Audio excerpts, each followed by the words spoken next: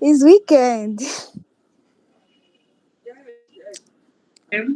That's like for me, it wasn't rest. I had some errands to run and all of that. Oh wow. Wow. Mm, Thank thank you you for very asking. much. Miss Chidima, how you doing? Can you hear me? Miss Chidima, You. good evening. Hi, I I really can love hear your you. voice. All right. Thank you. How are you? I'm I love fine. yours too. Thank you very much. Welcome. Please hope you share the link to your status, your friends, your classmates. I've Or been are in you the hiding only for a one? Are while. you the So, only one that wants to enjoy this whole program alone? I, You can't enjoy no, it alone. You can't enjoy it alone. You have to bring people. Please go to your WhatsApp status now and post it. Bring more people, please. Thank you. yes, I'm going to be. Maybe not on my status, but my class group chat. What did you say? Actually, maybe not on my status, but my class group chat. Okay. All right. Thank you. Oh, looking forward to the program. Oh my God, I can see we are not even increasing. Let's do more, please. Let's bring more people. We are still stuck on 12 people. Please, let's bring more people. Let's invite our friends, please. In just a minute, we'll start now. We'll start.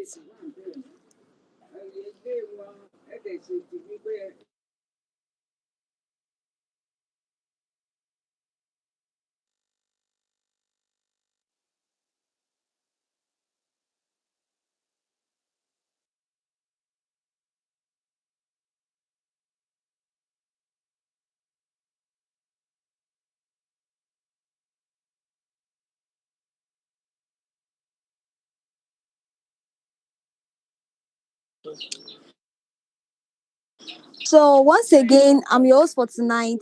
Jobi Odwan, your peculiar. Welcome once again to the application guide for securing MCN, which is Millennium Campus Network, and I'd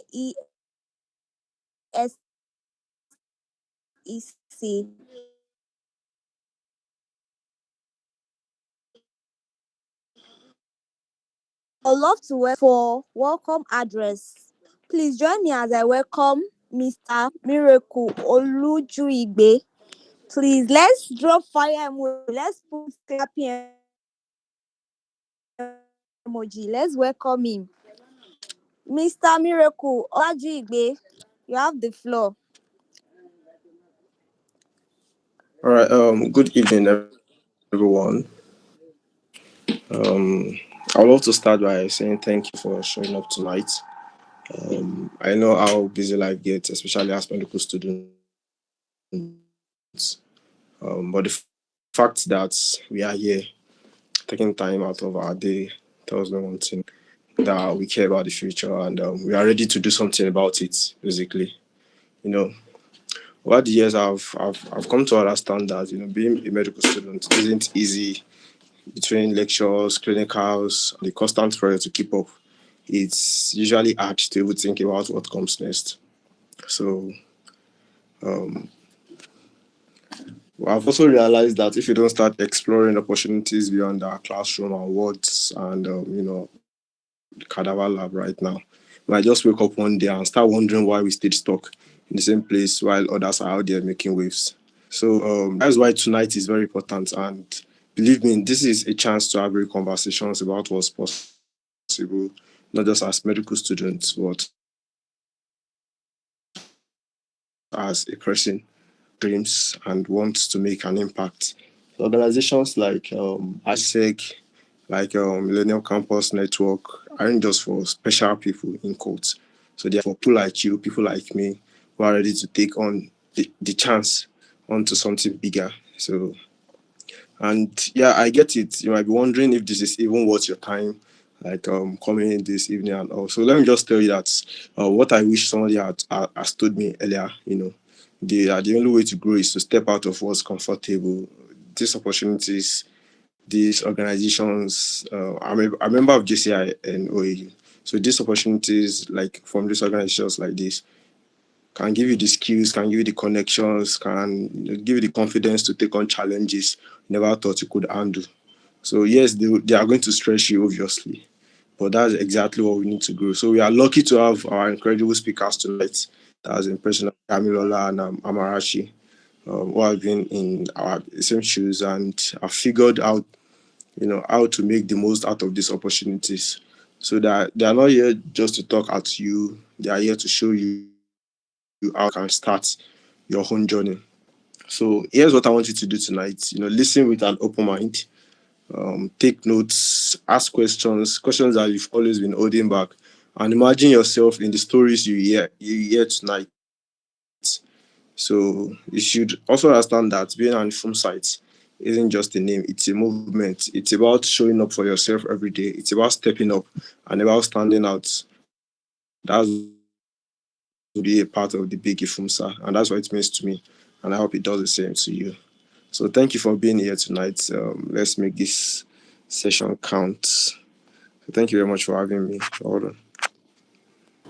Thank you very much, Miracle Olajigbe. Like you said something which I really love. You said the only way to grow is to step out. And I believe that for each and every one of us that were on this call tonight, it was because we wanted to grow. That was why we step out to be on this call tonight. So thank you very much for that. So as we move on, I would love to welcome the VP of IFUMSA, Vice President, in person of Miss Fumi Shokpade, to give us opening remark. Welcome, Miss Fumi. You have the floor. Thank you very much, Peculiar. Good evening, everyone. You didn't introduce my president very well, but I do not want to, just cut you off. Guys, can I see like your clapping emojis? Can you just click on clapping emojis and celebrate my president, the person that just, gave us a welcome address now, Mr. Olajuwon Miracle. Thank you very much. I want to see that fire emoji. Yeah, that's my president, the O one of IFUMSA. Yes, the person who has given us the opportunity to bring this beautiful program to our doorstep. So thank you very much, Mr. President. Thank you so much. All right. Hi guys. Good evening. My name is Fumi Shokwade, or okay, the Vice President of FOMSA. All right. I hope you're doing well. I hope our day was fine. I hope we're excited as I am, because trust me, I'm excited for tonight. It's about to be a mind blowing session. Trust me, you're going to learn, and not just just learn and all of that. You're going to learn how to put where the knowledge you're going to get here to work. Like, I believe in real impact. I believe in knowledge that can be applied, not just a body of knowledge that at the end of the session it's just another meeting that you attended and then you're doing nothing with it. So I want you to prepare your mind. Just say your first name. Say, oh, whatever your name is. I'm Fumi, right? Just say, Fumi, you're in here for a life changing moment tonight. I'm going to be here. It's a different thing to be here. It's a different thing for your mind to also be here, right? So I'm going to be here. I'm going to learn a lot. I'm going to maximize my time here, and I'm not going to waste it. So before I just say one or two things, if you're with a jotter and a biro here, I just want you to, type out in two statements your expectation for tonight's program, right? What is it that you like to learn? In fact, you can put it in the comment. I would love to see that. So that our speaker that are ready for you, they are here to, give it to you back to back. They can take note of your expectations, that particular thing that you like to learn here tonight, and talk to you about it. And make sure that you don't go without that expectation being met, right? Are we doing that already? So I want to see your expectations in the comment. What is one thing that you would like to leave here with tonight? What is one thing that, okay, even if I don't hear anything in this program today or this particular thing, I must hear it. I want it in the comment section. I can't see it. I'm waiting for us. Should I start calling our names? I'm waiting for us to drop those. Or we're still thinking about it. Chidimar, Ibidoye,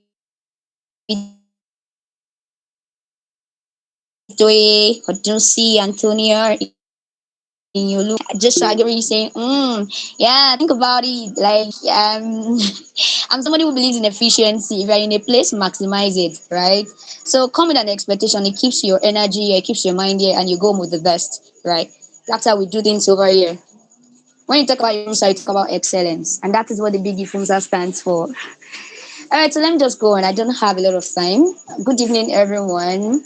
What brought about this program is the fact that the vision that the big IFUMSA executive has for IFUMSA, and then to everyone joining us that are not in IFUMSA, is to, build a community, build a home where IFUMSA are equipped, to compete on global stages, right? There are several medical schools around in Nigeria, across Africa, but we do not just want to, produce a community of just medical doctors. We want medical doctors with a difference, people who are equipped with necessary soft skills. As a doctor, you don't just need the stuff, right? You need to learn communication, you need to learn leadership, you need to learn teamwork. But you don't just learn this thing by taking courses on it or reading about it. You need fellowships, you need to identify opportunities where you can actually put this thing to work, apply them, and that is where capacity building comes in. And then that is why we are here today. If you have the question, oh, I don't just want to graduate with my certificate of being a medical doctor, I want to do much more. I want to explore, I want to discover more of my ability, more of my capacity. I want to put myself out there, right? I want to be able to complete on global stages. How do I do it? Where do I start from? Which opportunities do I look out for?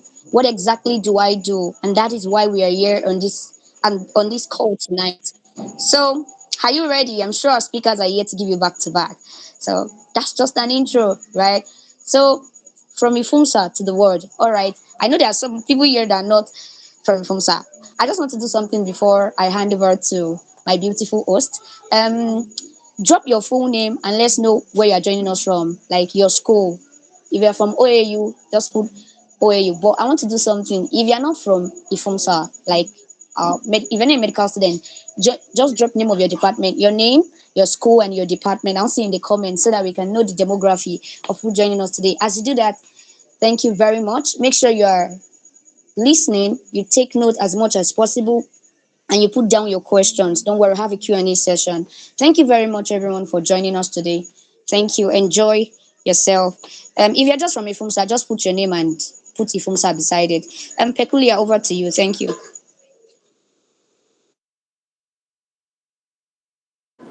Thank you very much, Miss Fumi Shopade. Thank you. Miss Fumi asked the other time that if we have expectations, we should put that down in the comment section. I can see Iyano Abiodun. He said, I would like to know how this program can help me build myself. All right, Iyanu, just stay tuned to this program. Like, don't go anywhere. Don't even leave at any point. You are going to see many, many ways how this program is going to help you build yourself. Listen to our key speakers, the first speaker, the second speaker. Listen to them, get your pen and your writing materials, write every single details you can take from what they are saying. Thank you very much. All right, moving on. I would like to welcome everyone of us once again. Thank you very much for making it to this program. Your presence is highly appreciated. All right, we'll be moving to the speaker session. And our first speaker, the person of Miss Amarachi Godswill-Nwankwo.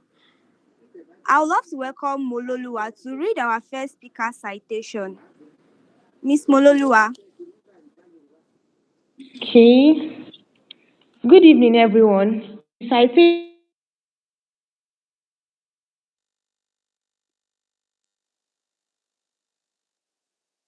a serial volunteer,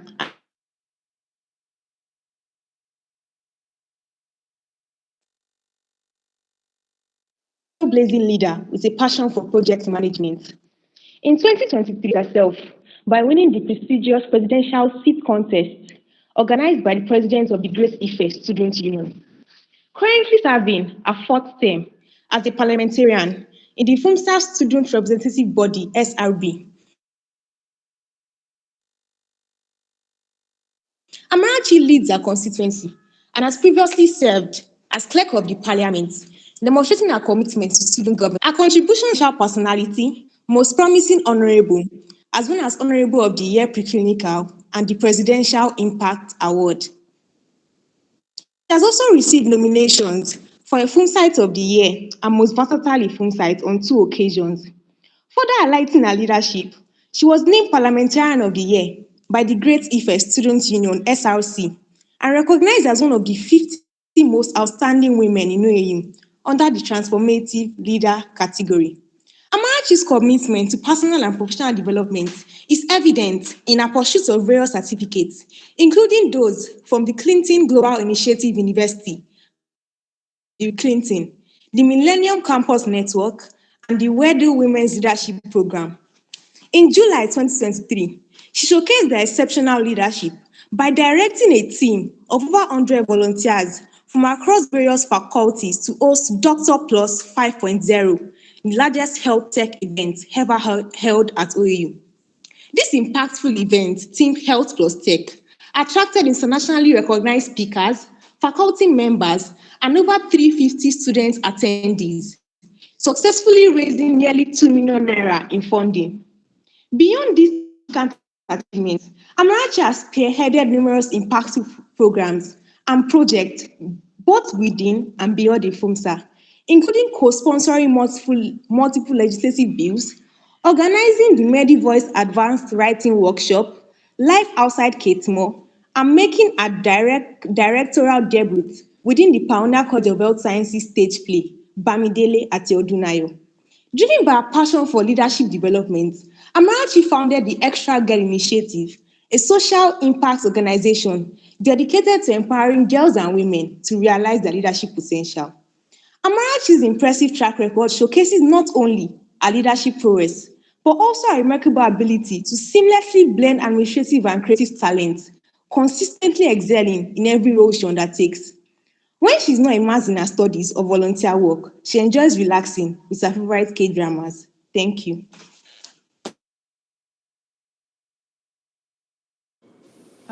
Thank you very much for that.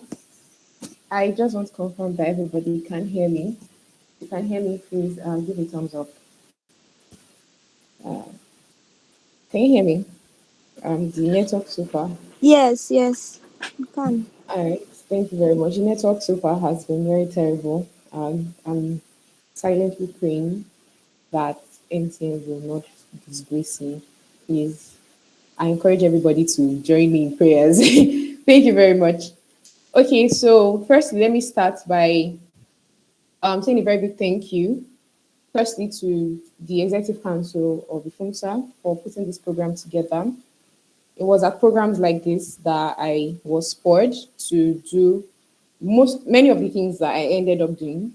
I remember as a freshman, the FUMSA was always organizing programs like this, personal branding, inviting people to talk, upskill, FUMSA skill up, all of these programs. They were the things that contributed, that inspired me to take on this journey that I have taken. And I can categorically and confidently state that I am who I am today because of those programs. So thank you very much to the Executive Council for putting this together, for creating a platform to continue the tradition of excellence that we have in FUMSA. More importantly, I'm extremely grateful for the opportunity to be here speaking to you. I cannot imagine I can't have, like in my wildest imagination, I cannot believe that I moved from being the person listening at events like this to now speaking. Crazy. I mean, just barely 3 years ago, I was always trying to attend, and now I'm speaking at this. So yeah, thumbs up. Please give the Executive Council a big thumbs up. If you're here, please give them a big thumbs up. President, Vice President, every single one of them. Yeah, thank you very much. So moving on, I am Amarachi Godswill-Nwankwo, just as I was introduced, and I am a third year medical student here at Arowosola University. I Today I'm going to be speaking on to you about two topics, but before we get there, I really just want to engage and get some feedback here. So if you are in 100 level, can you raise your hand? 100 level students, can you please raise your hand? Anybody here in 100 level? All right, Solomon, thank you very much. Peculiar, thank you very much. Any other person? That's sad. Why don't we have? I was expecting that I would have tons of freshmen here because like this is pretty much like the biggest thing for I used to like as a freshman. All right, so Solomon and Peculiar, please can you quickly rush to your class and tell them they should join this? Because I have a gift for 100 level students, 200 level and 300 level students. So while we're waiting for more 100 level students to join us, 200 level students here, please can you raise your hand? 200 level students. All right. Okay. Okay. I see you. I see you. Well done. Well done. Well done. Okay. There's no light. I mean, if there's light here. That's weird. All right. I see a lot of 200 level students here. So if you are here, you're in 200 level and you have an optimized LinkedIn profile, can you indicate in the chat box? You are here, you're in 200 level, and you have an optimized LinkedIn profile. And when I mean optimized, I mean you have your picture, your header, your bio, your different sections. You do, Motilayo, thank you. Who else? Send me the link to your LinkedIn profile. I have a gift for anyone here who has an optimized LinkedIn profile. Who else? Who else has an optimized LinkedIn profile? Anybody? All right, let me even start. If you have a LinkedIn profile at all, indicate in the chat box, I have a LinkedIn profile. Anyone here?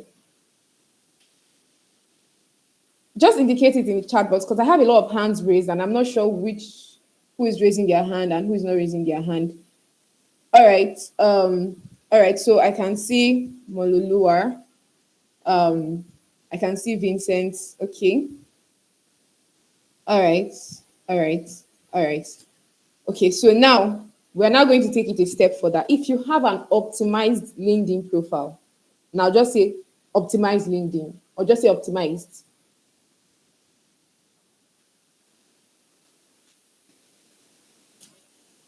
I'm taking notes, by the way. So, excuse me. Please bear with me. All right. So it's just Mo that has an optimized LinkedIn profile. All right. Noted.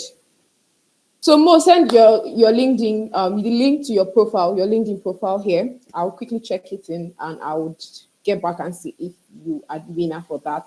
Um, for this category. Finally, let's get to third year medical students. If you're in part 3 here, no, I mean, not even say medical students. If you're in part 3, not just medical students, you're in part 3 and you're here, can you raise your hand? Please, other part 2 students, please drop your hands down. Part 2 students, drop your hands down. So if you're in part 3 here, can I see your hands? Part 3 students. Just one person. Only one person. All right, I can see Mary. Wow, just 2 people. All right, I can see Sadiq. All right. I can see Ian. Yes, I can see you, Ian. Hi, Ian. So good to see you here.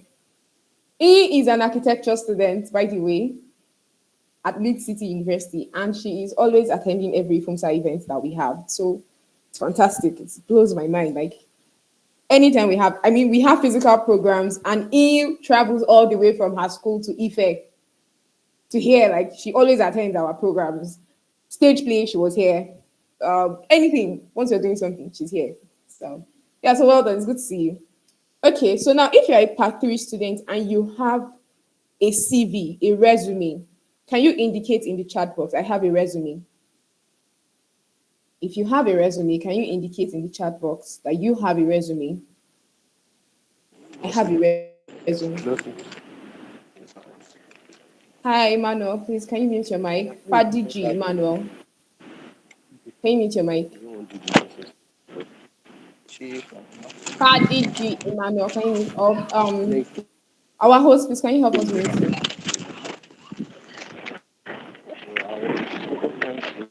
Hi, host. Can you please help us mute? Yeah, I will do that now. All right then. So yes, I'm still waiting for part 3 students that have a resume. Okay, so now since we don't have any part three student that has a resume, part 1 to 3, if you have a resume, can you indicate on the chat box? Anybody, part 1 to 3. All right, Mololuwa, you have a resume. Any other person? Okay, so we have part 2 students that have resumes. All right, so I'm going to put my phone number in the chat box. If you have a resume, please send it to me with your name. And I mean, I'll check the most optimized and most recent resume. And the person that has the most optimized resume will get a gift from me. So that's my phone number. Just text it to me. Unfortunately, if you have a link, you can text it here. But unfortunately, I don't think you can attach documents. All right. So yeah. So part 1 students, if you're here and you've ever taken a course on Coursera or on Udemy, you are certified, you have a certification from Udemy, Coursera, any fellowship, any professional program at all, just indicate on the chat box. So I have 3 gifts today. One for part 2 students that have part 1 students who have taken professional courses. Part 1 students, you're not a part 1 student. Part 1 students who have taken professional courses. Part 2 students who have optimized LinkedIn profiles. And part 3 students, unfortunately, who were supposed to have resumes, or I felt like at least if you're your 3rd year medical school, you should have like a resume or a CV. So that was why I pushed it to part 3. But unfortunately, we don't have part 3 students who have resumes. Sorry, I mean, we don't have a lot of part 3 students who have resumes. So that one was open to anybody. So moving on, thank you very much for participating in that. That should point your perspective, or you should point your attention to something. And that is, if you're here, number 1, you are not actively seeking information to develop yourself. You're not taking certification courses, participating in leadership fellowships, or any fellowships at all, depending on your interest. So if you're interested in tech, you're not taking any courses. If you're interested in finance, you're not taking any courses. You're not participating in training programs. You're not doing all of these things. You're not taking active steps, intentional steps to improve yourself, to gain knowledge, to become smarter in your interest or in your field of choice. There's already a problem. You need to fix that ASAP. Number 2, if you're here and you don't have a LinkedIn profile, I know what everybody has to say about LinkedIn, but still, LinkedIn still remains the number 1 social media platform, professional social media platform, or should I say social media platform for building a professional profile.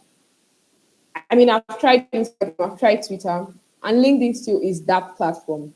You don't have an optimized LinkedIn, go fix that up. You can use any social media to build in public, but LinkedIn is still that profile, that social media. Go fix that up. And number 3, if you're here, you're a student, you don't have a resume,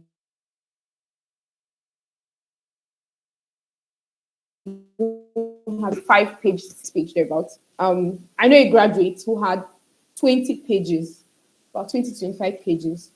I can assure you that you don't necessarily have to be working in companies to have a resume. Volunteering experiences count, projects that you've done count, fellowships or programs or certifications count. And the beauty of this is having a resume forces you to really rethink what you're doing with your life in school. So that means you're looking at your resume and you're like, okay, what do I need to double down on? Where do I need to lock in, right? So if you don't have a resume, or your resume is not optimized, or it is not recent, it's not updated, or it's very scanty, you have a 1-page resume, or sorry, CV, again, you need to fix that up ASAP. Now moving on, so far so good. I have Mutilayo is here to send me the link to her LinkedIn. I have some people who I asked to send me their resumes. Please do that. And people who have taken courses on anything, please go, by all means, also text me with your part 1 students. Also text me with your details. So moving on, I think I have just a few more minutes left. I would like to quickly rush through. Hopefully, I can cover the important things, because I'm supposed to do 2 things here today. So let me paint a picture for you, right? In every university, there are 2 types of undergraduates. The first type is like a floating leaf right? So they wake up, they go to class, they take notes, they write exams, and then they go home. Day after day, semester after semester, session after session, that's what they do. For this kind of people, university is just like a checklist to complete. They are just going to school because, okay, it's something you need to do. Finish secondary school, you go to university, then you get a job, and you get married. So they're just like going through life like that. So it's just like a checklist. So they attend lectures, they pass tests, they might not, they just get their certificates. But that's the only thing that they have. School never really goes through them. So they live with their degree and nothing else. They don't have any defining experiences. They don't have any remarkable skills, nothing that sets them apart, no clear sense of purpose. All they just have is a paper that says they existed in the university system. That's all. For the second type of people, they are different.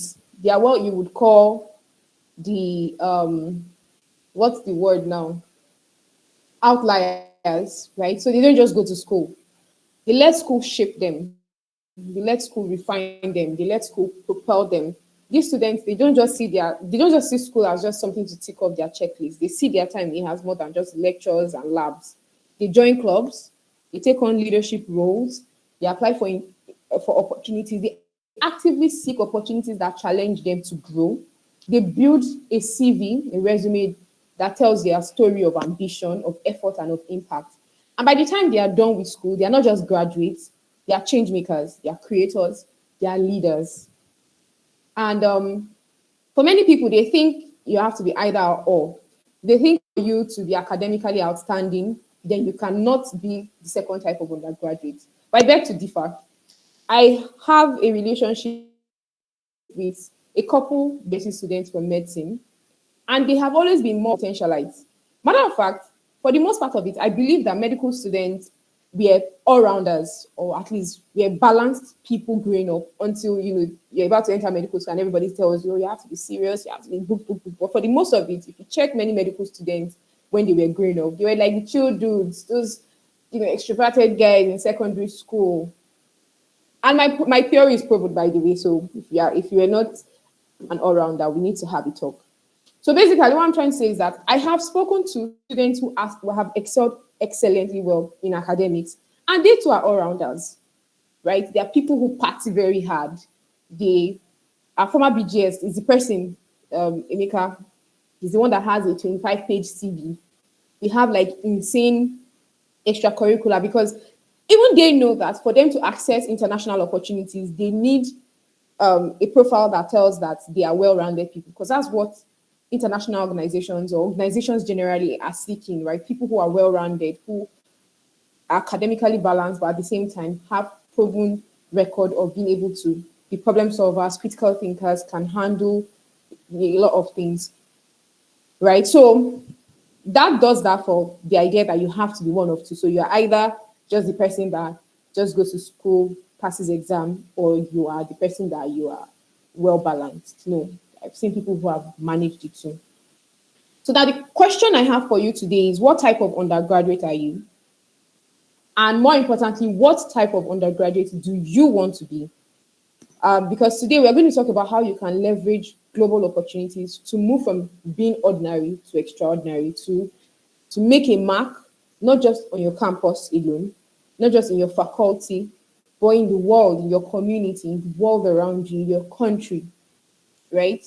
And so on that note, my session today will mostly be focused on the advantages of leveraging global opportunities for growth and impact. And then I will spend some time to just quickly give some tips for those who are applying for the Millennium Campus Network, right? So what are global opportunities? What are extracurricular activities? What are co-curricular activities? If you go to Google, you probably get different kind of definitions, but I'm going to personalize this. For me, global opportunities or extracurricular activities aren't just about clubs, they're not just programs or fellowships or trainings or certifications. For me, they are much more than that. These opportunities, they represent doors that open to growth, that open to transformation, and more importantly, that open to impact. They also represent a bridge that takes us to our desires, our dreams, our goals. I want to believe that for everyone who is here, you have a dream, you have a goal, you have plans, whether short term or long term. You want to become really successful, you want to be great, you want to accomplish so many things, or maybe you just really want to just, live a simple life, but you want to have a certain measure of success. Whatever the case is for you, whatever your plans, whatever your goals are, I'm here to tell you that these opportunities, these activities, these engagements create a bridge that takes you from where you are to where you want to be. That's what they are to me. And as I move on, I want to tell you a very funny story that is really important to me, that has shaped a lot of, it shaped me to shape my mindset about a lot of things. So prior to getting into medical school, a close relative, an in-law, then I was making a lot of research because I wanted to select a medical school. So I was reaching out to family members that were doctors. So my mom was connecting me. Oh, this person is a doctor, that person is a doctor. Because I'm the first person in my immediate family that is going to become a doctor. So my grandfather has 7 kids. None became doctors. So we had grandkids. I'm one of the grandkids, and I will be the first person. So I had a lot of questions. So we had to go out there to make research. And I remember speaking to one of our family members, an in-law, and she told me a story. So in between, we spoke for I think like 3-4 hours that day. That was like in 2017. And in between our conversation, she told me about her sister, her elder sister, who had finished medical school, and someone came to marry her, right?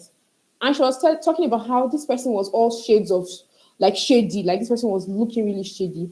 But he promised her sister that he was going to help her move to the US, right? So he was like, he was in the US, he was going to marry her and take her abroad. So there's this huge thing of men who get married to women and then promise them to take them abroad. And it was really like a problem back then.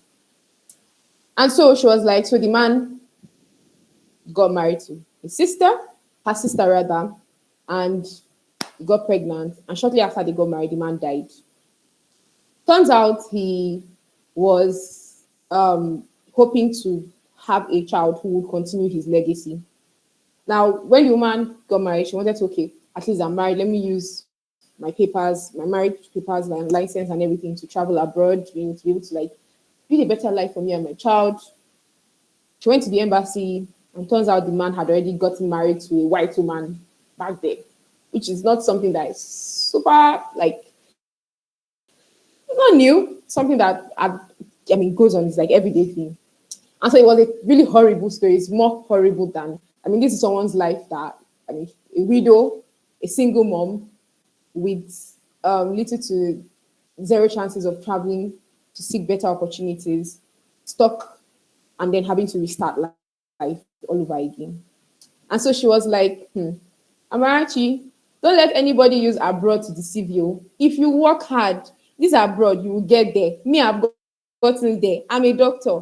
I attend conferences. I can japa. I can get there. You need a man to take you abroad. Don't let anybody use abroad to deceive you. So it became like a joke in my house. Like, don't let anybody use abroad to deceive you. Better work hard, though. Better work hard. You're capable of doing it yourself. You just need to put the effort. It became like a huge joke. Like, it became this thing. So in 2023, was it 2023 now, 2022? I was in church and I checked my mail. I had applied for the Clinton Global Initiative. We were going to have a conference that year. So I applied for, the conference, for travel funding for the conference. And I checked my mail and I saw that I had gotten the travel. In fact, I had received an invitation. If I could just, let me share my screen. Yes.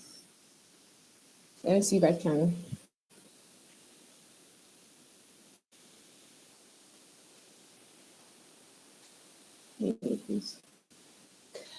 All right, so that's it right there.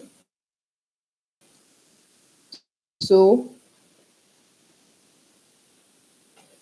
I had gotten this invitation to present my commitment to action at the CGIU exchange. It was supposed to be this conference. And during the course of this, I was given full funding, right? So they asked me, they paid for my flight tickets, they paid for my accommodation, my feeding, everything. It was just a matter of just come and present your idea. That was it. And I called my mom. I was like, Mommy, you won't believe it. I'm going to be going to US, going to the United States, and man did not carry me to United States. It was this huge, and everybody was laughing in my house, right? And it was like, oh, that's nice. Unfortunately, I did not end up going because of um. So yeah, that's the invitation. By the way, I think I was stop sharing my screen. That was it. CGI team, blah blah blah. Selected, blah blah blah blah blah blah. Yeah. So unfortunately, I could not make it down there because I could not get a visa. Apparently, the visa process to get, I mean, I remember when I went into the provost office to get a letter, and he was like, "You're just coming now." I mean, people need to even start trying for visas 1 2 years ahead to be able to get a visa and all. So I wasn't able to go because of the whole visa issue. Like my friends tried paying for an expedited visa. They kept saying that, oh, there's no slots for a visa interview and all of that. But that experience transformed me. It changed everything for me. I could not imagine for the life of me that me, some random student here in OAU, in the heart of Ife. Ife is a village. I mean, if you were even Lagos, I would say, okay, well, I'm in Lagosian, or I'm in Abuja. I mean, some random students in Ife could receive an invitation from the 42nd president of the United States, who funding to come to the US to come and share my ideas with them. Like it blew my mind. Like I was like, there's really no limit to what I can accomplish. That was it. That was the turning point for me. That was what changed everything for me. And I was like, you know what? I am going to do everything I can. If it were to be within my power, or if it is within my power, I will do it. Whatever work it took, whatever effort it would take, if it required me, whatever was required of me. Like I from that experience made me realize that all I needed to do was show up, really, like to just show up and do, to make, like, to show up in my best self. And I made that commitment. I was like, you know what? I'm going to keep showing up and showing up and showing up, because there are opportunities out there. People are out there. They want to give you a platform. They want to give you funding. They want to like give you what you need to make an impact. All they just need you to do is prove that you have what it takes. And so for me, that was like a changing point. That was a turning point. And ever since then, the rest they say is what is history, right? So I've been putting in a lot of effort, exploring more opportunities, taking in more programs, developing myself, just literally looking around me and doing everything I can to improve myself, because he said luck is when preparation meets opportunity, so that when my opportunity meets me, I will be prepared to take it up. Now, for those who know me very well, I am very much in the social impact and the leadership space. So that's what you're going to hear me talk about for the most part of it. But if your interest is sports, music, entrepreneurship, art, tech, finance, there is room for you to thrive. So you don't necessarily need to limit yourself to just social impact leadership. I mean, leadership is even something that is applied at every level. So whether it's art, finance, tech, whatever. I know we have like an alumnus, Dr. Mba, who participated in one CFA competition, and I think he had second position or so. He's now a doctor now. So I know people who have participated in hackathons. I know there was Somi in Exypnos class. She and Dr. Precious, Dr. Spitfire, and some other people who participated in some hackathon competition in August, and they won their different categories. I know Ravanji, who does very well in art. I think she's a digital illustrator, a creator, or something of that sort. I know people who are writers who have won. Okay, I just want to confirm that I can still be heard. Can you still hear me? Yeah, I can hear you. All right, thank you. So can So you I check know your people. DM? All right. So I know people in different like in different categories who have like done amazing things. So even if you're not a social impact person per se, I just want you to know that there is space for you. And if you're just getting started, you don't know what to do, there's also room for you to try different things, right? So don't limit yourself. Look out for more opportunities in your interests and basically any like whatever it is you're interested in. Moving on, I want to talk about why global opportunities matter, why capacity building matter, what are the advantages of doing these things? Because it's not just about doing them. Your why for doing them is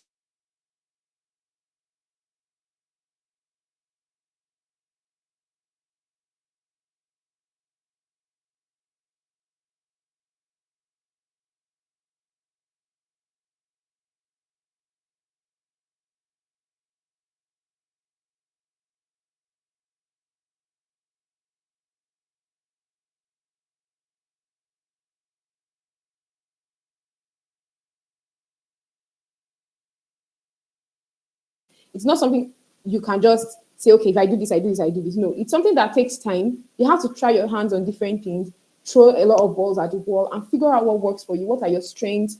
What do you do best at, right? So for the most part of it, participating in capacity building opportunities, global opportunities have helped me giving me a platform to discover myself, right? And one of the most important rule in med school is man know thyself. So most especially like when you're meeting people like, oh, how do I study? What do I do? They will always tell you, know yourself, know what works for you. If you're a video person, watch videos. If you're a textbook person, read textbook. If you're a material person, read material. If you need more time to study, ensure you study early. If you're the kind of person that can crash your exams, whatever, but know what works for you, right? It applies here too. Doing all of these things, um, eh, like kind of like exposing myself or lending myself to capacity building, global opportunities have helped me discover who I am, what I enjoy doing, the things that work for me. And over time, it has helped me develop my long-term goals for my life. Okay, what do I want to specialize in? What extra side hustles do I want to do? What are my strengths? What should I focus on? Right. And I feel like that's a problem that many young people have. It's like, okay, what do I need to focus on? And you see, the beautiful thing about it is, yeah, you don't need to run on anybody's time, but the earlier, the better. If you start early to start charting your course, the chances of succeeding is very, very like it's high, it's relatively high, right? So the earlier you start maximizing your time, your youth, to start discovering what works for you and where you want to go in life, what success looks like for you, the better, because then, I mean, like you can start doing the things that you need to do to get there, right? Number two is that like participating in capacity building and global opportunity related, like engaging in these things have also helped me to, like, it has exposed me. It has exposed me and it has broadened my horizon, my perspective, my ideology. You will think that all you know is all there is to know. And then you start to interact with people with information from different places. And you realize that there is so much I don't know. Unfortunately, you would not know what you don't know until you start to know these things. You would not know that, oh, I don't know how to do this and I don't know how to do that. And then you start gaining this information, start learning about these things, start seeing how people are doing these things. And then you're like, I did not know I could do that. I did not know that like there was a better way to do that, right? So this is something that it has helped. It has helped me to expand my perspective. It has also helped me connect with people who have inspired me. So you're learning from not just people who are ahead, but people who are with you. Now, I've met like tons of amazing people in my journey who have inspired me to do amazing things as well. And this is something I'm always proud to talk about. Beyond just getting mentorship from people who are ahead of me, people who are around me. I would like to mention someone like Shopade. Fumi Shopade, she inspires me a lot. You see the amazing things she does. I mean, you cannot have someone like Shopade in your life and you would not want to do amazing. Like you would not want to get out of your comfort zone. Just watching her in her elements alone pushes you. Someone like Ile-Ife, the founder of Cardio Health. I've known Ile-Ife for 3 years now. And Ile-Ife keeps blowing my mind all over. Every time I think I've done something, Ile-Ife does something great and it's like, there's still more. I have not gotten to the peak of it.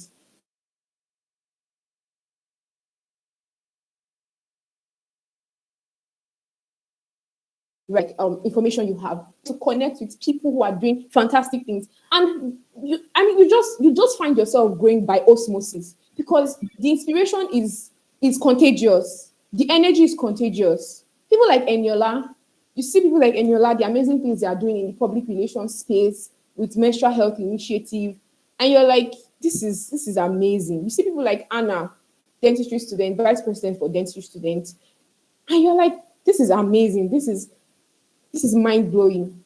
So that's another thing that capacity building has done. It has exposed me to people who have also inspired me to like go beyond my comfort zone. Another thing that capacity building has done for me, global opportunities, exposing myself to all of these things, is still tying on to perspective, transforming like exposure. It's information. We're in information age. Information is so easy to find. Unfortunately, I'm saying a lot of unfortunately because there's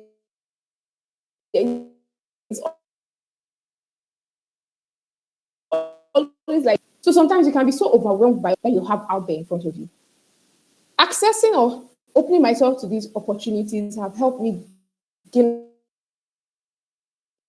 access to structured information that I would otherwise probably not be able to gain access to, just left to myself. And information, they say, is what is power. Knowledge, they say, is power. Power is power, but knowledge is power. Knowledge gives you the ability to maximize your resources, your potential. You don't know what you have, or you don't know the opportunities or the things that are around you until you can see them. Like, knowledge gives you that ability to see what other people cannot see. And this is I think for me, this is the most important aspect of capacity building and accessing global opportunities, really, because it has opened my eyes. And now, I mean, who wakes up one morning and says they want to direct a stage play out of nowhere, right? So like it's something that has helped me to expand my horizon. Now I can see opportunities in almost anything. I see a problem where I see is opportunity. In fact, I can spot problems, and where I see problems, all I can see is opportunities, right? So moving on, I can already see Shopade telling me, your time is up, your time is up. All right, ma'am, I'll rush through. Moving on, another positive aspect of building capacity for me and exposing myself to global opportunities is that it has helped me develop skill sets. If there's anything there is to do, I probably know how to do it. Because once you are exposing yourself to these things, you have to develop skills to be able to deliver, to be able to show up, right? So now you have to like force yourself, okay, let me go to YouTube, let me check how to do this, let me check how to do that, let me check how to. And these skill sets are very transferable skills. So you go anywhere, whether in the medical line, you finish school, they're transferable, right? You go to do programs, an MBA, for example, these are transferable skills that help you excel in life, right? I cannot overemphasize the importance of developing skills. And these are not things that you can just, again, you cannot just develop them randomly. You have to be intentional about developing these skills. You have to open yourself to opportunities, platforms, apply yourself to things that will help you, like force you to expand your brain and expand your abilities and expand your capacity, right? And then lastly, the should I say the icing on the cake, on the cherry on the cake for me is that it has helped me build confidence. It has helped me build my self-esteem. For the most part of it, I've come to see or realize that a lot of young people struggle with lack of confidence. They struggle with self-esteem problems. They don't believe in themselves as much. They're always scared. Should I do this? Should I not do this? Almost every now and then, I get comments from people that are like, oh my God, you inspire me so much. You're always like just going out there. You don't even care if you fail, you succeed. You don't care. You just put yourself out there. I say something that confidence is a byproduct of track record. Have a track record of trying, you will build the confidence because for the most part of it, you will succeed. And even where you fail, you begin to see failure as a platform to learn. So there are times when I didn't get certain things I was supposed to get. I would go out like, okay, during the FUMSA pitching contest that we had like 3 years ago, I didn't make top three. I reached out to some of the judges. I was like, oh, why didn't you make top three? And they gave me feedback like, okay, you didn't do this, you didn't do that, you didn't do this, right? You need to work on this, you need to work on that, right? So for the most part of it, by the time you start exposing yourself and applying yourself better, you notice that you start to build confidence. So even when you're doing something new for the first time, I have never directed a stage play in my entire life up until last year. Right now, I feel like I can do anything. I could probably just decide that, you know what, I want to take people to space. That's why you see people like Elon Musk, they do like wild and insane things. People like Steve Jobs, inventors, original thinkers. These are people that it takes a certain level of confidence to step out and be like, I want to try something that nobody has tried before or something I have never even tried before. And this comes from exposing yourself to these capacity building opportunities because they will give you the platform. They will give you a structured way, the information you need to take the steps, right? At least to minimize your risk and at least to give you more chance of success. So these are the benefits I have gotten. And then, of course, there's the opportunity to also impact your community, right? So global exposure helps you to also innovate locally. When you see what other people are doing in their own communities, it starts to give you like the ideas of what you can do, because especially because like you realize that there's nothing so special about what other people are doing. It's just that they are just doing something. They are stepping out. They are taking a chance on themselves. They are taking a chance on their dreams. They are taking a chance on their ideas. They are out there communicating, engaging with the world around them, and then that's what makes them special. Because when I got the travel aid or the travel funding, I kept asking myself, what is it so special about what I'm doing? And then I realized that people are just looking for problem solvers. People are just looking for people who are, especially young people. There are opportunities for young people everywhere. They're looking for people who are applying themselves actively. So moving on, how can you access global opportunities or capacity building opportunities programs? Number one is research and stay curious. So you can use platforms like Opportunity Desk, LinkedIn. The Opportunity Desk, I think they always like, if you go there, you see like tons of opportunities. You go to their website, so Opportunity Desk. Let me just put it. If you just search for it on Google, you will see, just like scroll through previous opportunities, you see them. You see tons of opportunities that you can access. You can also, like, on social media, you can follow relevant hashtag like youth leadership, global opportunities, tech, or whatever. So follow these people on social media. Follow organizations, like check their social media profiles, check their website, ensure that like they're legit. Then follow them and turn their notifications. So organizations like Yali, mentioned then, there's MCN, of course, there's CGIU. These guys, they have like, there's She Code Africa for people who are, there's Google Developers Club. I think that's it. Google Developers Club, I guess. I think they've changed their name. But yeah, so there are tons of opportunities. I think CFA also has like opportunities. So basically, follow these people on social media, turn on their notifications so that when they have any important information, you can always access this information. Then number two, try to like also engage yourself in local opportunities as well.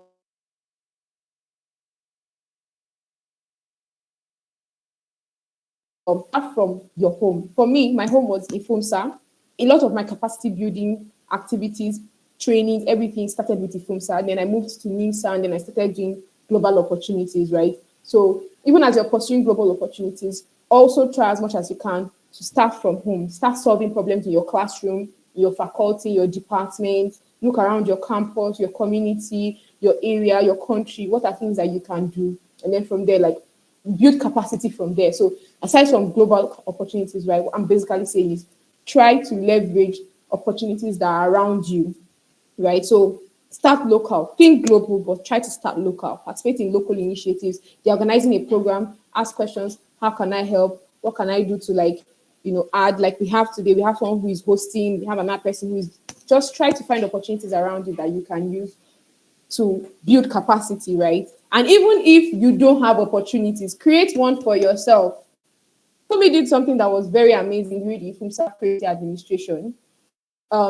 She reached out to the president back then, and she was like, I want to organize a program. That was Life After Med School. And the president was like, okay, cool. You can use the platform of the executive council. What do you need us to do? You need this, okay, go and get it done. Anything you need us to do, let us know. If you need design, whatever.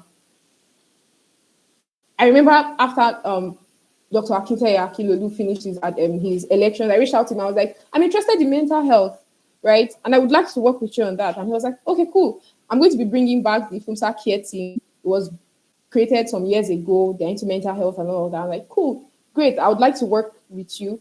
What opportunity can I use? Like, hey, we need a public relations officer for that. It's like, cool, let me get on board with that. So even if you don't have the opportunity, you cannot one for yourself. Look around you and ask yourself, what problems can I see? And what can I do to solve those problems? And if you cannot do them by yourself, you can collaborate with existing platforms, existing people. Most people are really looking for people to work with and collaborate with. So moving on, let's talk about, all right, okay. So let's talk about some quick tips that I feel like everybody should know. Quick tips that I feel everybody should take note of, especially for students. Quick tips, right? So number one, start early. So general tips that I feel everybody should be aware of. Number one, start early. So begin exploring opportunities as soon as possible. Don't wait till later. Don't, like, as you're getting off the call right now, start looking for, asking yourself, like, start searching, go on Google, search opportunities for tech people or training programs or whatever as the case may be. Look for those opportunities, right? Start early. Number two, embrace your uniqueness. I usually say be yourself. Do you. Don't try to be like anybody else. Every other person is taking. Be yourself. Ask yourself questions. Do a SWOT analysis. What are your strengths? What are your weaknesses? What are the opportunities that you have? What are the threats? What are the things that are threatening your potential? Do a SWOT analysis on yourself. Be honest. Do like a review of yourself, your personality, all of these things, right? Also, be intentional about the skills you want to develop, right? So there are sometimes that you don't know what skills you might develop on the go. Like I said, most of these things are not as linear as we would like to make them seem. But ensure that you are also like you have a specific set of skills that you want to learn. For example, at some point, I knew that I specifically wanted to learn skills that would help me execute a physical program. So the Doctor Plus 5.0 was my first physical program. I remember attending the Health Week under Dr. Akin Beloved, and I was so amazed that okay, medical students could come together. I remember that public lecture in the Health Week, they invited Apoko Doctor and all this, and I was like, oh, this is amazing! I can't believe that students like myself did this. So what I did, I started to like look for ways to learn how to organize a program, organize a project. Start with like online programs, online projects, and then after like a year or two of organizing a series of online events, I then moved to working with people that were executing physical programs, learning how they were doing fundraising and all of those before I eventually executed my own past, like led like a team to execute my own personal physical project. And then from there, so try and be specific, like what do you want to gain? So that when you're applying for these opportunities, you can apply, like you can apply for opportunities that are tailored at least to reasonable extent to those skill sets, right? Another thing is to also seek mentors or seek people, not necessarily mentors, people who can guide you, people who have done these programs or participated in these opportunities before, and then kind of like reach out to them, let them know that you're open, like you want to participate in these things and you're looking to, like to learn from them. Okay, you're applying for this, you're applying for that. When I was going to apply for NIMSA, this year's NIMSA, like they put out a call for application. After my application, I was done with my application. I reached out to like 10 people and I was like, okay, could you please go through my application? Let me know what you think, give me feedback. So these were previous people who have worked in NIMSA before, people who have experience in other things. So do that too. It always helps to get feedback from people. Your great idea might not be as great as you think by the time you start getting feedback, right? And then lastly, okay, I say second to the last, I would say something that my mentor used to tell me a lot is be sure to balance, like prioritize your academics. If at any time your academics is clashing with these activities, choose your academics, right? So always remember that your academics is more important. It's the most important thing that you have. It's the most important asset. I tell people a lot that I don't believe that school is scam. I've never been of the opinion that school is scam. I think this education system can be better optimized to suit our current needs. But I tell people that for the middle people, for children coming from middle class and low class families, your best bet at succeeding in life is getting a formal education. If you're from a wealthy family, if your father is Tony Elumelu, please, by all means, school is calm. You don't need it. But if your father and your mother are still trying to like struggle to get you through school, to provide, your best bet at succeeding is still going to school, is still getting a proper education. School gives you a foot at the door of success, right? So for the most part of it, my mentor, that's Kolade, Dr. Kolade James Adegoke, he's always like, every time I reach out to him, I want to do that, I want to do that. He's like, cool, gives me all of the advice, and then he's like, remember, once he says remember, I just know what's coming next. Like, what really matters the most is school. Make sure your academics are intact, like your school is intact. And if you ever have to select between capacity building, like let's say for example, you're writing a test, you're about to prepare for an exam, and you have a series of programs coming up, by all means, please pick preparing for your exam. There will always be more opportunities in the future. I used to say, like, opportunity don't used to finish. In fact, there's this thing that opportunity is something once. I don't believe it. I believe that opportunity is endless. If you are applying yourself to opportunity, if you are applying yourself and improving yourself, opportunity is super endless. So please, by all means, prioritize your academics. And more importantly, or should I say, finally, on the final note,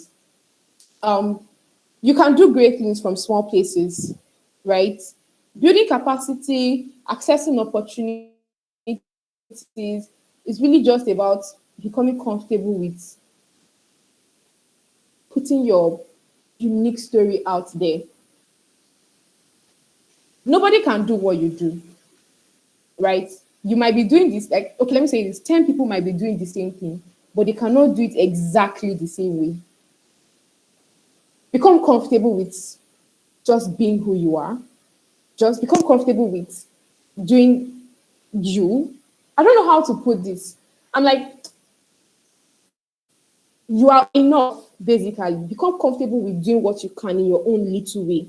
Become comfortable with doing you can like I think that's the bottom line. You can do great things from small places. You don't have to be some big person, or I don't know, you don't have to like have a huge organization or hold a position. I mean, having these things would obviously give you platform for wider reach, but really starting out, get comfortable just looking around you and just doing what you can to to make a difference. Look at your class page, for example. What can you do to make things better? How can you improve the lives of your classmates? Like, get comfortable doing things from small places, right? Opportunity, like building capacity is not just about where you go, or global opportunity, accessing global opportunity is not just about where you go, but who you become, right? You have a unique voice, you have unique ideas that you're probably not even tapped into, potential that you have not tapped into. Just step out and start to claim your space. You don't have to be extraordinary to start, right? You don't have to be big, like you don't have to be a popular, a household name to start. You just need to start from somewhere. You need to start to be extraordinary.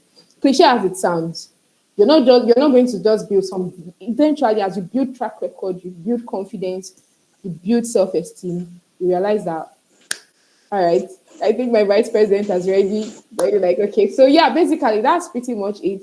And I genuinely encourage you. So some action steps you should do: go on opportunity desk. As you're completing this program, go on opportunity desk, search for at least one opportunity that you want to apply for and submit your application. Reach out to people that you think that can provide guidance for you and let them know that, okay, you're applying for this, you're applying for that, and you need their feedback on certain things. So I'm going to end there. I was supposed to talk about MCN. So maybe after the second speaker is done, if there's still time, I can just provide some tips for people who want to apply for the Millennium Campus Network. And yeah, let's All get to right. there. So thank you very much. All right. Thank you very much, Amarachi. Oh, please, a round of applause for Amarachi. A round of applause for Amarachi. If you enjoyed the session, you can drop a fire emoji in the chat box. Let's know that, oh, wow, that was amazing. That was nice. Amazing stuff. I can see some people raising up their hands. I don't know if you have questions, but we are not taking questions now. Yeah, thank you very much. Yeah, nice. That's who she is. I've been begging her, please, please drop this mic. She don't want to drop. There's so much. If we say we should do 3 hours, I'm actually not gonna drop mic today. No. All right, peculiar. Sorry that I just had to jump in and undo this. She not go drop mic. It as well. Ah, she has not even done the second part. To Amarachi, I'm just going to give you 5 minutes for the Millennium Campus Network part, but not now. We quickly need to have Esther on board. I understand that there's no light on campus, and people are trying their best to just stay here and gain as much as possible. So if you have any questions, please write it down. Take note of it. We'll take it later. We didn't even have enough time again. Um, Molelua, please read the citation of the second speaker, my very good friend, a capacity woman, the sales manager at ISEC, unofficially one of the vice presidents now. Don't worry, it will be official very soon. That's my capacity woman. Molelua, please go ahead and read the citation. Thank you. Okay, thank you very much. The citation of Damilola Esther Arowosola goes thus. Damilola Esther Arowosola is currently a third-year medical student of Obafemi Awolowo University. She is a serial volunteer and has a blazing passion for girl-child advocacy. Damilola Esther is a versatile person who has on many occasions combined academics with extracurricular activities right from her year one on OAU campus. She has served as the assistant class representative for Magna Medicos for about 2 years now, actively catering to the academic needs of members of her class. and representing their interests with lecturers. While at that, she continues to excel as a content writer and a data analyst. She seeks every opportunity to hone her leadership skills, which has led to her serving in different capacities as a member of Welfare Committee in Ifumsa 2023, catering to the welfare needs of Ifumsites, the PRO of NIMSA Scopa 2022, serving as the connection between the committee and the general public. During this time, she was able to organize medical outreaches and webinars that pertain to health policy and implementation. As a member of the fundraising team for the 36th Annual Health Week, a serial volunteer for medical outreaches within and outside Ife, and a team member for the 2022 IPHS Local Organizing Committee, Damilola Esther has proven to be committed to bringing to life progressive programs in the association and beyond. Furthermore, she has served as the liaison officer for NIMSA Girl Child Advocacy in 2023 and national director for projects and planning in 2024. As a reward to her commitment and active service towards the association, she became a recipient of the Presidential Impact Award during the 36th Health Week dinner and award ceremony. Damilola Esther also began her Aiesec journey in 2024 as she seeks to make global impact and own her leadership journey. When she's not a medical student, you will find Damilola Esther either reading a novel or writing a classical piece. As an avid reader, she doesn't have a favorite novel, but she's a big fan of African literatures. Join me as I welcome Damilola Arowosola Esther.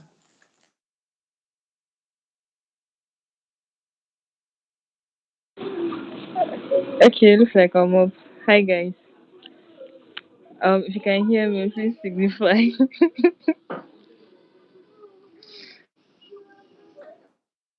Sorry, can anybody hear me?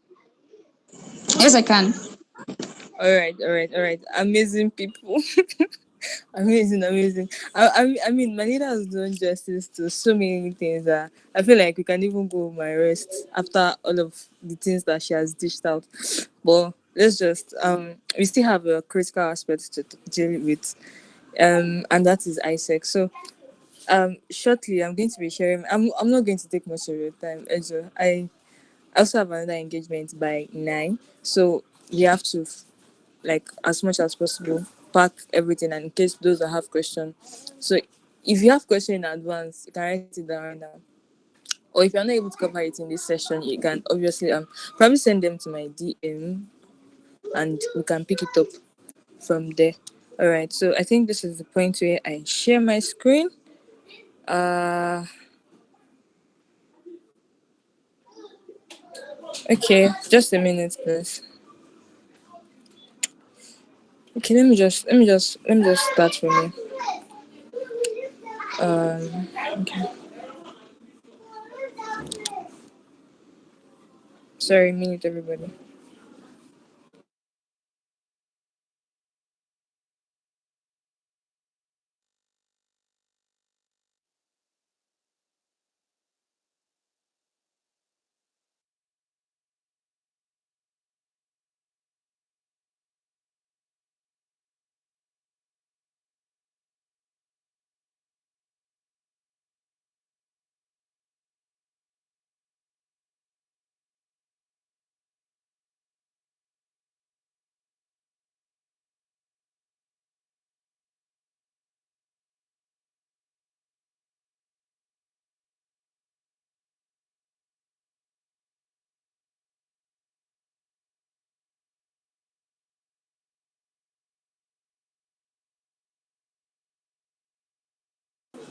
All right, can you hear me now? And can you see my screen? Sorry. Yes. All right. So, quick one. Yeah.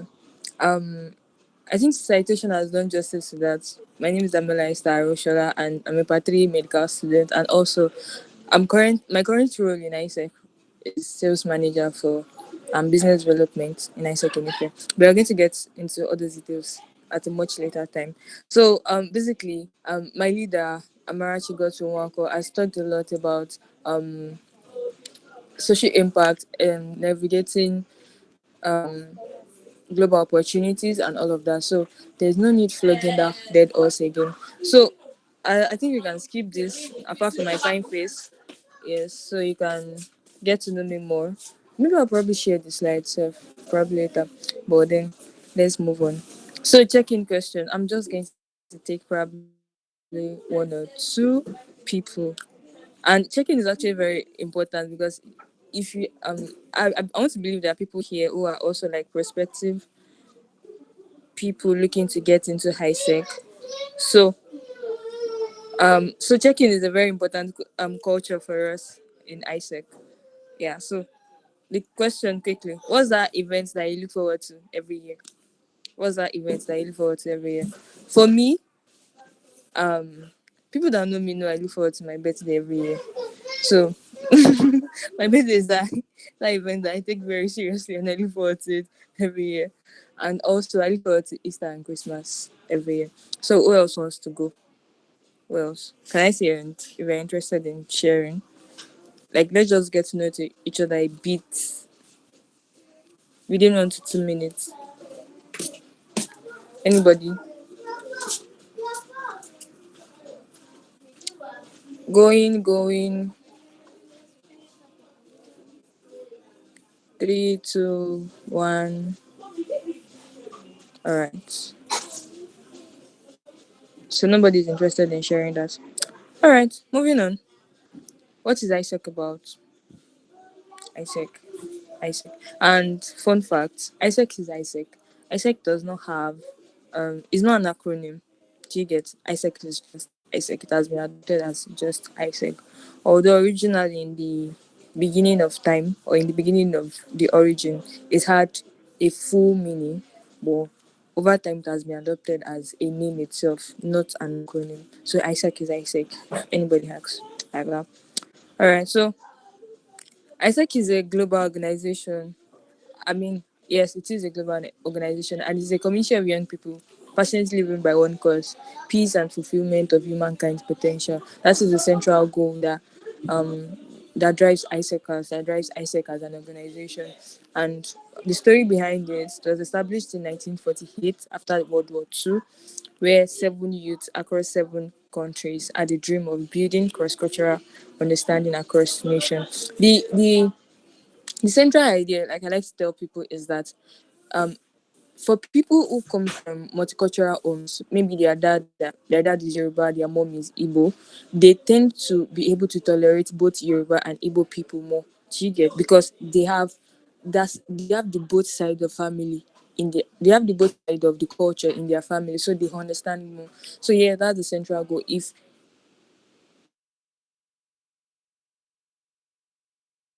you and the world is going to be a better place, you are going to achieve world peace that way. So that is why ISEP exists, one as a platform to further improve cross-cultural understanding, cross-cultural diversity. Yes, and ISEC is present in over 100 countries and has over 5,000 partner organizations and 30,000 experiences per year. That means we have over 30,000 ISECers per year all over the world. You get? And glory to God, ISEC is in Ife. So what are the core ISEC values? Demonstrating integrity, striving for excellence, enjoying participation, acting sustainably, activating leadership, living diversity. You see that these are the kind of these core ISEC values. Um, I think it's something I repeat a lot because it is not just one of those things that you put on paper and maybe you read only in abi you see them paste on the wall once and then maybe they go back to it once in a year or all of those. No, that's not how it works with us because these core values are the ones that actually drive all of our actions, that drives all of our what's it called, relationships, all of our experiences. Yeah, these core values are part of the things that drive our experiences, and it is just so that we actually prove and come to a point where we can achieve this our core value, which is what peace and fulfillment of humankind's potential. Do you get? All right, so let's move on. um is ISEC for you? Yes, I think Isaac is for you. So, what are the basic points to note about Isaac at this level? Yeah, Isaac is open to every youth between the age of 18 to 30. So, what you have to do is that if Isaac is present in your local community, just reach out to Isaac in there, pick up the membership form, sign up. And currently, recruitment is going on. So, you can become an Isaacer. So a member of ISEC is called ISECA, and you can even do ISEC as a medical student. I am a living example. I'm not the only one. There are ISEC alumni. There are other people. There are other medical students, and even in clinical classes, who are still members of ISEC and are still doing their medicine journey, and they're excelling in both. So it's not like medicine is a tough course as expected, yes, but it is not like Amarachi said, it is not barring you from exploring other opportunities around you. Do you understand? So if you're thinking about high sec, if you're thinking about what next can I do, where can I explore my leadership opportunity, where can I explore leadership opportunities, where can I get to experience the corporate world in a low pressure field, I think ISEC is that place for you. Do you understand? So, what do you stand to gain in ISEC? Like I said, one, access to cross cultural exchange, and this cross cultural exchange is actually very important because that is the major product of ISEC, in that it's is the bridge is the bridge between what we stand for and what we want to achieve, in that we link people up with opportunities for them to be able to explore other cultures outside of their own. So over through a year, we run campaigns on how people can just be a part of this exchange. So if you think for example, if you wake up one Sunday morning and you think your life is boring and you want to go to, let's say you want to go to Canada, not to live there, it's not exactly mean. So maybe you want to go to Canada and you think that, but I don't know anybody there. I don't even know how to go about it. Like, I just want to go and visit Canada and just look at what it's and look at how everything is there, and then come back to my house, visit Isaac, will take care of you. Do you understand? And if somebody in Canada to wakes up one morning and be like, okay, I want to go to Nigeria, I want to experience Nigerian culture. I want to even see these people that talk on Twitter every time. I want to see how they are in real life. If you go through high sec, you are going to have a company that facilitates that exchange and helps you to what's it called,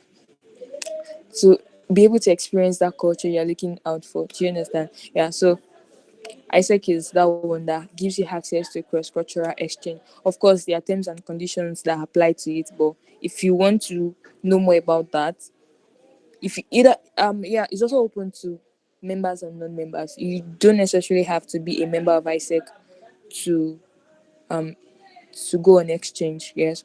So what else do you stand to gain in ISEC? You hone your skill as a leader, you expand your network. ISEC can be the launch pad for your career, and yes, that's true. Because how do we help young people to become leaders? The way we do it there is to, what's it called, to simulate the corporate world and bring it to a low pressure ground for you to experience what it is like to be working in Google. If you think about it, that okay, what does it feel like to work in Google? Come to ISEC. Do you get? If you want, like, without working in Google, okay, what does working in Google feels like? What does working in Microsoft feels like? What are the things? What are the organizational structure that exists in these places? What are the kind of things they do there? If you come to ISEC, become a member of ISEC, become an ISECer. These are the kind of things you experience, and then having ISEC on your CV is a huge plus. Do you get? Anywhere in the world, ISEC is recognized. So you can imagine that kind of confidence. Yes, you are going to gain confidence. I also get to make social impact. Yes, promoting world peace is a social impact project. Do you understand? Helping people to reach their potential is a social impact project. Now imagine an organization that combines all of that, and that is ISEC for you. Do you get? So you get to pursue your own personal development, and you get to contribute to the personal development of others, and even make the world a better place as an ISECer. Yes. So, and as we commonly say, if everybody behaves like a leader, the world is going to be a better place. And when you come to ISEC, you get to own your skill as a leader. So next up, my ISEC journey. Okay. we do not have much of time, but I'm just going to give a brief rundown. So, like, I think I've mentioned it earlier, my ISEC journey started in 2024. Sorry, 2020, end of 2023, 2024, but I became an ISEC fully 2024, just last year, around March, after I finished the application process. And it has been an exciting journey for me because based on the structure there, once you become a member, you are being posted to a department, and my own department was business development and engage with ISEC. Yeah, so from there, I was a member for 6 months.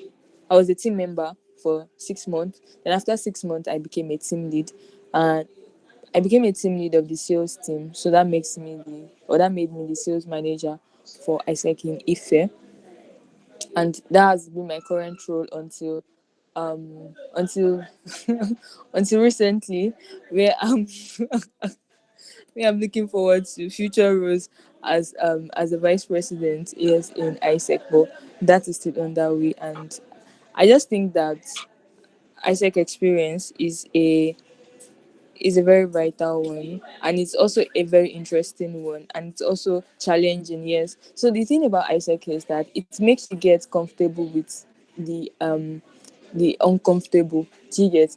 ISEC pushes you. ISEC just ISEC just drags you by the arm, and they just help you grow, like in career wise, yes, and also in like development soft skill development. Yeah, I think the first time I made a slide myself was when I joined ISEC. I did not have any reason to make slide. I did not have any reason to present slides before joining ISEC. And these are like basic skills. And you will get to see that there are people who graduate school, who graduate uni without ever making a slide, without even knowing what slide looks like. And that's like, no, they obviously know what slide looks like without having to like go through the process. Do you get? And that's like just one of the tiny little things that you might not even pay attention to that is being added to you. But those are kind of things that you get out of it. And then when you go outside and people are just like, oh, how did you know how to do that? I'm like, oh, sorry, it's just like one of those things you do. Do you get? Yeah, so that's brief rundown of my high tech journey. If you have more further questions, you can enter my DM. All right, so here we go. The application process. If you're interested in joining ISEC, it is uh it is a serious process, but not tough. Do you get? Like it I think from all of my explanation so far, you can already guess that ISEC means serious business. ISEC means um ISEC means real deal, not somewhere where you just join for the fun of it. You have to know what you are doing to become a member. Do you understand? So that's why the application process is the one that helps to weed out people who are not serious and people who are serious. So if you are serious enough about your journey as a person into personal development, into leadership, then I think ISEC's application process here would not even be stressful for you. Do you understand? But for someone that does not know what they are doing, please don't attempt it. If you don't know what you are doing, don't attempt it. But if you know that, okay, yeah, this is what I want out of it, this is what I want to get out of it, then by all means. So it's actually quite straightforward. When you pick up the form, it's via a link where you're supposed to sign up, register, pick up the form, and I think you have to pay a token of, I think, 2.5 to buy the form. Application fee, yeah, I think it's 2.5 then. You also have to attend information session. Well, good for you. This is another information session. If you have not attended the information session that ISEC in Ife itself has organized, so if this is your first time hearing about ISEC, and I think this is as good as an information session for you, so that you even know what you are getting into. Do you understand? So you have like a brief understanding of what these people do, what these people are all about. Then there is a preliminary test, and that preliminary test is one that they just ask you like basic questions, general, like to have a general idea of what you know about the world, about your space, about ISEC itself, to gauge your understanding of ISEC. Like, okay, these people that want to be a part of ISEC, what do they even know about ISEC? Do you get? That's what the preliminary test is for. Do you understand? And then there's also the interview stage. After after your test, then you get to be interviewed by the recruitment committee, they interview you, they ask you questions, they ask about your motivation. Why do you even want to be in ISEC? How did you hear about ISEC? What's your leadership experience prior to wanting to join ISEC? What are the qualities you have? How do you think, where do you think you fit best into ISEC structure? What do you think you can contribute to ISEC? What will ISEC contribute to you? All those kind of questions. That's basically what is to be expected at the interview stage. And then after that, you now have the group tax. I think this group tax is the point where, for me personally, during my application process, it was the part where I enjoyed the most. It was the part where I got to meet a lot of people who were also like potential, or who were applicants, potential ISECers, who wanted to be in the same space, in the same community, and they became my they became my year-long friends. Yeah. So it was also that period where we were able to test our own creativity, how to come up with solutions to problems, like even things. It's just a very creative process, and it is not. It's just to test your creativity, basically. That's it. Just to know how well you come up with solutions to problems, the way you think, the way you reason, the way you address world problems. Do you understand? And also, it is also where you put to theory. Do you get? It depends on whatever task your group is giving. Is the point where you get to put into maybe action, in that sense, your contribution towards the SDG goals, the 17 SDGs, and all of that. So that's what the group tax is all about. After going through all this process, you are graded, and above the pass mark, you become an ISECA. It's as simple and as straightforward as that. Yeah, so basically, that's what the application process looks like. And if at any point you need any help, or you need to make any inquiry, you can always reach out to me. And yeah, how to get started? Yeah, this is the link there, and I'm going to put it in the comment section. isec.ng/membership. As simple as that. That is where you click to start your journey as an ISECer and access global opportunities. So finally, we've come to the end. Any questions? Thank you very much, Esther. Amazing. Thank you so much. Please, is there anyone that asks questions for Esther? We should take about two because like the time is very short. If you know you don't want to like use the mic feature, you can just drop your question in the comments. Does anyone have any question? Amarachi, while we wait for questions, Amarachi was talking, she said, start from home, right? In your journey to building capacity, becoming your best self, start from home. See, even in the FUMSA right now, ITDC is recruiting, HIAC is recruiting. These are ways to put yourself out there and start, right? I know that a lot of people know about JCI, you don't really know about ISEC, but I can tell you, I was scrolling on Twitter one day, and one of the best HR persons in Nigeria, Emmanuel Fake, if you know him, he mentioned that once you just see ISEC on a person's TV, just forget about it. That's the person for the job. Even me, I'm planning to join them very soon, right? So it's a great place to start if you're looking for a place to start. So any question? Any question? Don't worry. You can, if you need their contact, you can always reach out to them later. Um, you can ask me for their contact. I'll share it with you. So we don't have any question. There is no time at all. I want us to quickly move through the MCN application guide. So I'll call on Amarachi to do that. But while Amarachi is doing that, if you have any question at all from like the session since we started, please drop it in the comments. Drop it in the comments so that we can find a way to put the questions together and answer within a very short time. Amarachi, are you up for the MCN guide right now? If you have any question for Esther, you can still drop it in the comments. Any questions since the beginning of the session, drop it in the comments. Amarachi, let's have the guide in about 3 to 5 minutes. Thank All you. right. So, I'm because I have sorry, to, Amarachi. Can you hear me? yeah, I can hear I you. forgot. I forgot that they are supposed to appreciate Esther. Please, a round of applause for Esther. If you got something from the session, please just thank you very much. Thank you very, very much. I'm so sorry. Thank you, Esther, for the beautiful session. I hope to join you soon. You're Madam VP, welcome. please allow me join you people. So thank you. Amarachi, All right. Thank you very much. Okay, so just because we don't have enough time, I've sent the link to the Millennium Campus about page, the Millennium Campus Network. So you can just check about the Millennium Campus Network Fellowship. It's a program, obviously. It's I think it's an extension of the United Nations, and basically what they do is they help give you like a platform to develop skill sets, gain knowledge, and also like give you like a platform to execute a project in line with the SDGs, right? So the Sustainable Development Goals. Again, you can check these things on Google. I don't have the time, unfortunately, to like run through them. So for the most of it, your application would have to be aligned to the SDGs because that's what they're all about. They're building social impact leaders, right?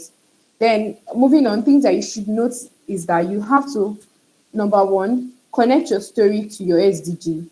So for me, like I said, like if you listened when you were reading my citation, I run like a social impact project, kind of like an organization, the Extra Girl Initiative. And what was my story?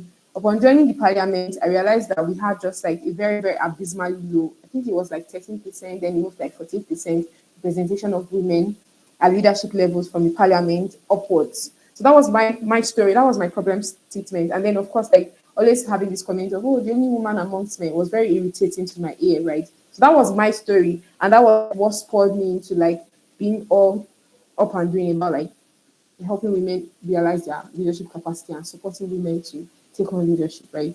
So that was my story. So I don't know what your story is. For some people, it's mental health. For some people, it's world peace. Regardless of what your story is, try to find out, like, try to sit down and really ask yourself, why did I get interested in this? At what point? It could be like a story that probably was a childhood story.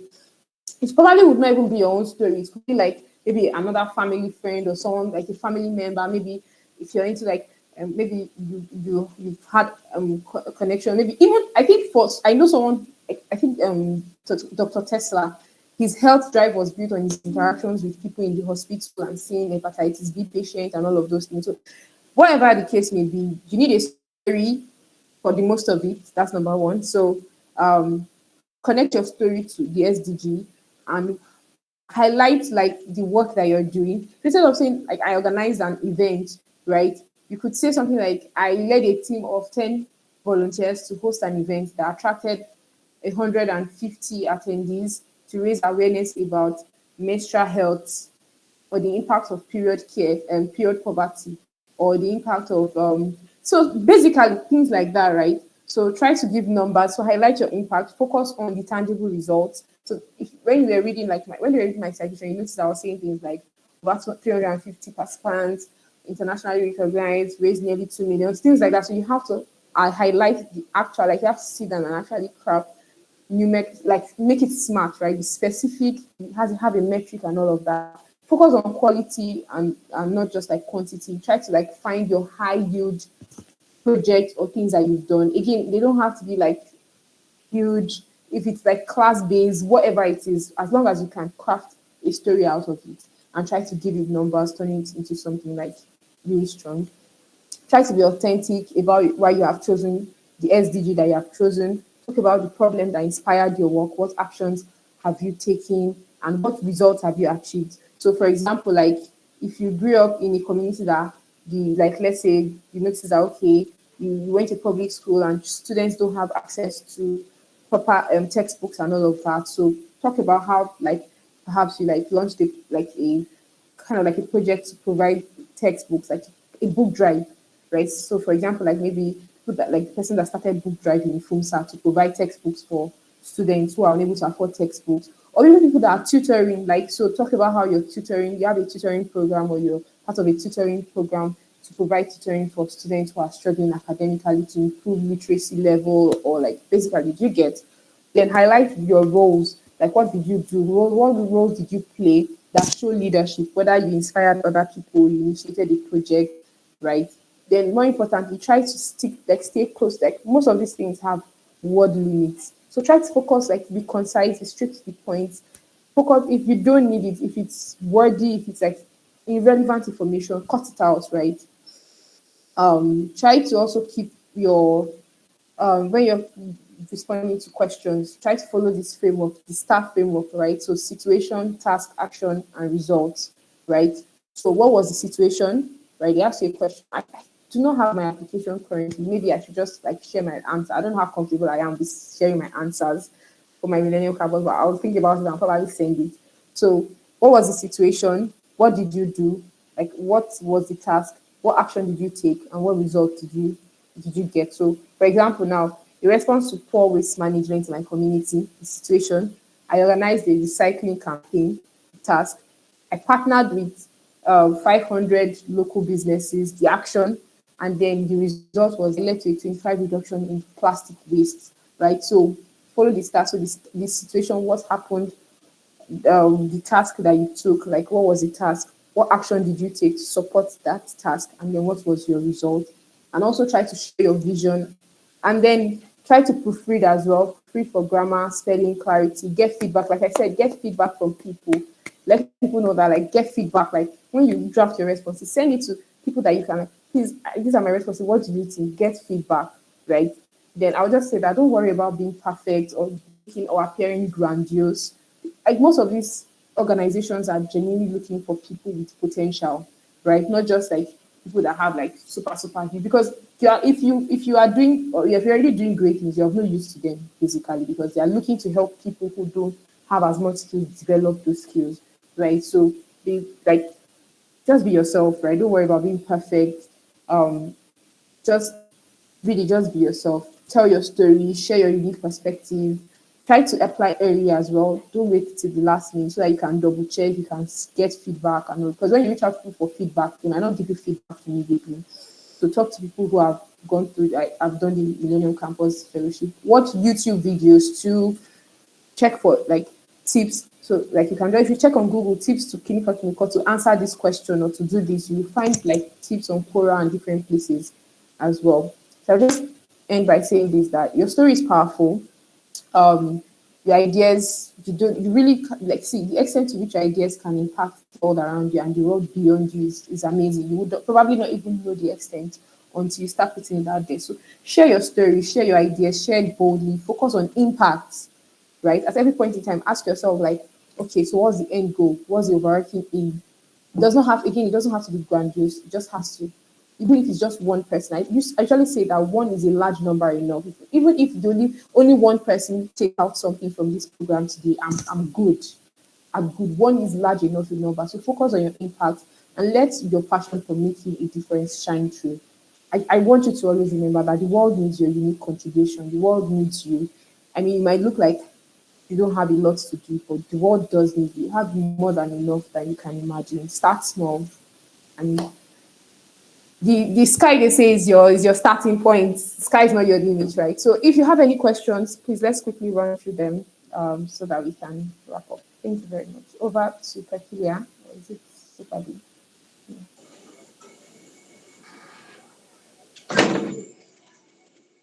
All right. Thank you very much, Amarachi.